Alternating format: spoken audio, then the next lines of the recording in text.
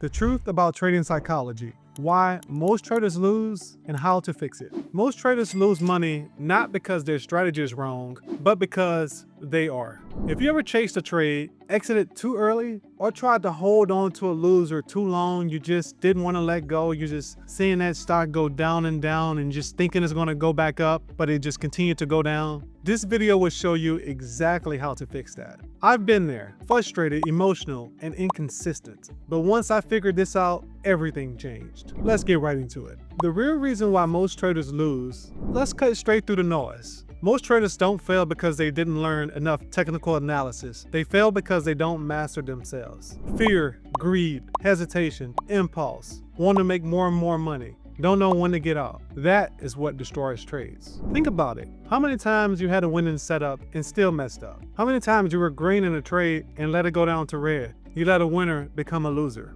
Understand the 3 emotions killing your trades. Number 1 is fear. You see a trade go red and you immediately exit the trade, only for it to reverse and go back up into the direction that you initially wanted it to go. Number 2 is greed. You're up 20%, but you want more. You want more. Give me more. I just want a little bit more. And then you know what happens? It drops and you're negative. Third is hope. You're holding a losing trade and you got your fingers crossed, you got your toes crossed, everything crossed. You're just hoping it goes back. Spoiler alert, it usually doesn't. And you know what? These emotions are normal, but they're also avoidable with the right tools and habits. Building a trading mindset that wins. Define your plan before you enter a trade. If you're deciding stop loss or profit target mid-trade, then it's already too late. You want to track your emotions in a journal. You can't remember everything. You think you have a great memory. You think you have a memory of an elephant. You can remember everything, but you just can't remember everything. You must journal and write down your trades. I literally write down